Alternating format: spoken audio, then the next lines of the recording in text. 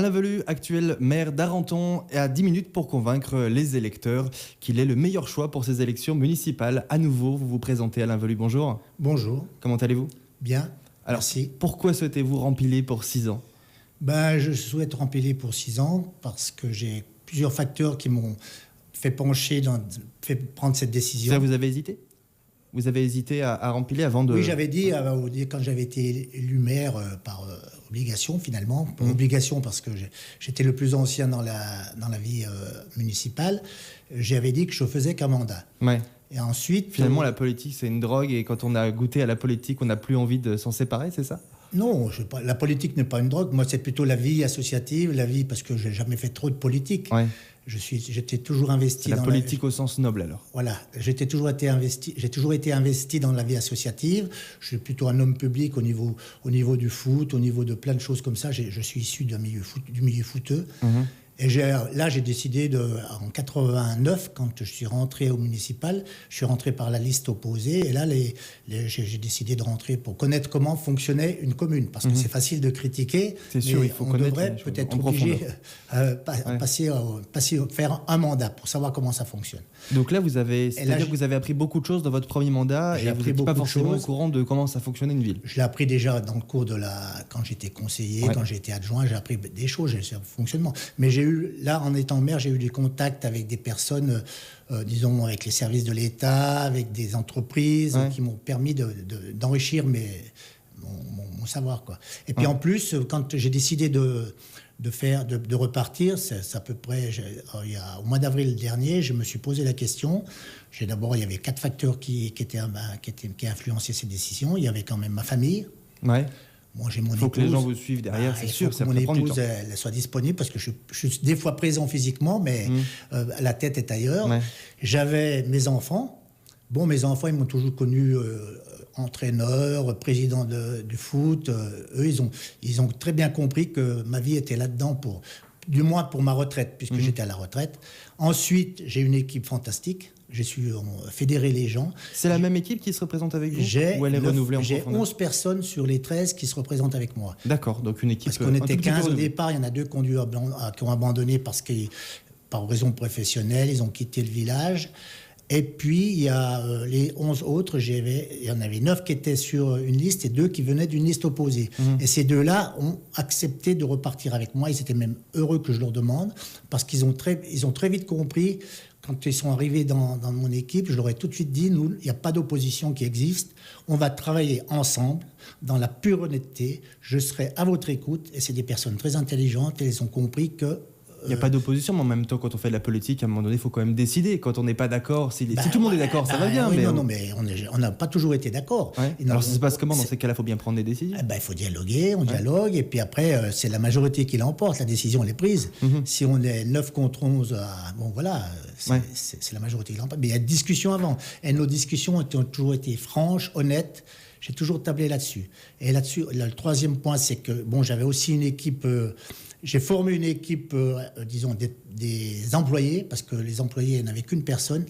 La commune a grandi, c'est passé en 2006, on était 1380, en 2012, on est 1575, donc il a grandi, il y a beaucoup plus de services. Et justement, on rentre dans le vif du sujet, et c'est notamment un des angles, on va dire, d'attaque de votre opposant, l'ancien maire René Descarreaux, qui dit que les frais de fonctionnement de la ville ont été multipliés, pas par 2, mais quasiment, qui sont passés d'à peu près 500 000 il y a 6 ans, à aujourd'hui quasiment 900 000 euros. Est-ce que vous confirmez cette information et est-ce qu'il y a des choses derrière ? Je ne suis pas là aujourd'hui pour reprendre les remarques qu'il fait. Je vous pose la question à mon titre, sans parler forcément de l'opposant, mais en voulant savoir si les frais de fonctionnement de la ville ont réellement été multipliés. Les frais de fonctionnement ont automatiquement augmenté du fait que nous avons quand même étoffé notre service administratif. Nous avons encore un service technique où nous n'avons qu'une seule personne. Et là, il faut vraiment se poser la question pour faire quelque chose, parce que le gars, il ne peut pas faire tout seul. Et quand il est malade, il faut faire avec. Et nous avons étoffé notre service. Donc, automatiquement, les dépenses augmentent. Mais il faut savoir qu'aussi, nos recettes de fonctionnement ont augmenté. C'est-à-dire qu'Arenton n'est pas une commune en difficulté financière ? Absolument pas. Et déjà, je ne veux pas polémiquer aujourd'hui. Je ne suis pas ici pour faire de la politique politicienne, parce que moi, je trouve que là... Non, mais c'est un sujet qui est intéressant dans le cas des élections municipales, de savoir comment est gérée la commune, et est-ce qu'en face d'un budget qui augmente, il y a des services qui augmentent pour les habitants. Nous n'avons pas honte de montrer les chiffres, puisque nous avons parce que toujours... vous n'avez pas le choix, déjà, parce qu'ils sont publics. On n'a pas le choix, mais ils sont publics, et puis nous avons toujours été transparents. Nous avons 2 bulletins par année qui retracent toute la vie de la commune, donc les chiffres sortent. Donc l'augmentation, c'est quoi? C'est des services en plus? Des services en plus. Il y a la maintenance des bâtiments. Il faut savoir que des bâtiments communaux, c'est comme votre propriété, vous l'entretenez. Il y a de la peinture à faire, il y avait de la rénovation de certains dans le chauffage. On a eu beaucoup de frais à remettre le chauffage aux normes. Donc aujourd'hui, c'est fait.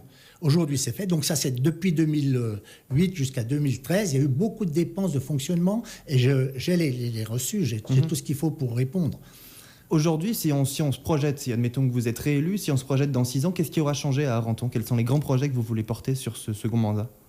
Avant de parler des projets, je voudrais aussi parler il y a des grands projets, de ce qu'on a fait. Un mot sur votre bilan, alors, si vous voulez. On a fait quand même beaucoup de choses, notamment toute cette maintenance des bâtiments. On vient d'en parler. Parce qu'on vient d'en parler. On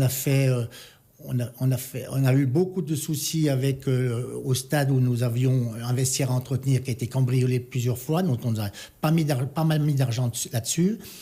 On a fait aussi, nous avons créé le captage des eaux pluviales du hangar pour pouvoir arroser les fleurs l'été. Ça, c'est un investissement qui est pas... on n'a pas retour sur un investissement comme ça, mais bon, c'est un truc... Sur combien de temps il est prévu le retour sur investissement? Je ne sais pas du tout. Je pense pas qu'on peut... C'est un investissement plutôt philosophique, on va dire? C'est dans l'environnement durable. Voilà, on est rentré là-dedans. Et je trouve que c'est très bien. Qu'est-ce qu'on a? On a fait beaucoup de choses là-dessus. Après, dans les investissements, on a continué la sécurisation de notre CD19, qui est une route départementale qui traverse tout le village. Ouais. Et ça avait été commencé sous l'ancien mandat, et on a poursuivi ça, notamment avec un aménagement qui est très bien réussi à mon avis, et j'ai eu des retours de la population. C'est l'aménagement du parking du cimetière, qui est très bien. Et puis on n'a pas parlé non plus, mais le pôle jeune qui est une spécificité d'Arenton. Le pôle jeune, c'est mon dada, parce que comme je vous ai dit en aparté avant, les jeunes ont toujours été très proches de moi. On a créé ce service jeunesse qui existait pas comme structuré comme ça. Il y avait la cantine et la périscolaire. Là, on a pris une directrice, on a pris des animateurs. Et là, ça fonctionne. Tout est structuré. Et je remercie encore, il y avait la première adjointe qui avait eu cette idée et qui a travaillé énormément là-dedans, qui m'a beaucoup soutenu. Ça coûte combien concrètement de faire tourner ce pôle jeune, de l'animer, d'avoir je ne peux pas vous dire les chiffres exacts. On est en train justement de calculer combien ça nous revient. Parce qu'il va y avoir les rythmes scolaires à mettre là-dedans. Mais nous avons quand même une chance d'avoir créé ce pôle jeunesse, ce service jeunesse, car nous avons beaucoup moins de soucis pour faire fonctionner avec les nouveaux rythmes scolaires. Voilà. Alain Velot, on n'a plus que 2 minutes. Alors allons-y sur vos projets, ça passe très très vite. Qu'est-ce que vous voudriez avoir transformé dans 6 ans à Arenton? Que je voudrais avoir transformé. Quels sont les grands toujours projets? Améliorer les conditions de vie, le service de proximité de nos concitoyens. Je n'ai pas parlé des anciens. Nous avons participé à la création de l'Âge d'Or, qui est une association d'anciens dont je fais partie. C'est des gens qui ont plus de 60 ans. Et ça, je suis très content d'avoir pu participer. Et ça, ils se réunissent toutes les semaines. C'est une dynamique dans notre vie associative. Ce qu'on veut faire, on va créer une micro-crèche. On a acheté un bâtiment. Une micro-crèche, c'est comme une crèche en plus petit?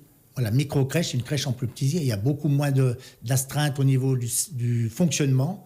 Nous pourrons fonctionner mutualiser le fonctionnement. Et ce fonctionnement sera fait par l'ADMR, qui a déjà la gestion de la micro-crèche d'Amancy. Nous fonctionnerons avec le personnel, du moins la directrice d'Amancy. Justement, ça m'amène au sujet suivant, et ce sera le dernier sujet de notre entretien, sur la communauté de communes.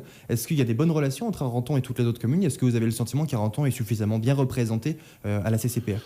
Il était bien représenté jusqu'à maintenant, mais maintenant, avec la loi qui a passé, nous sommes plus de 38 conseillers communautaires. Nous serons 3.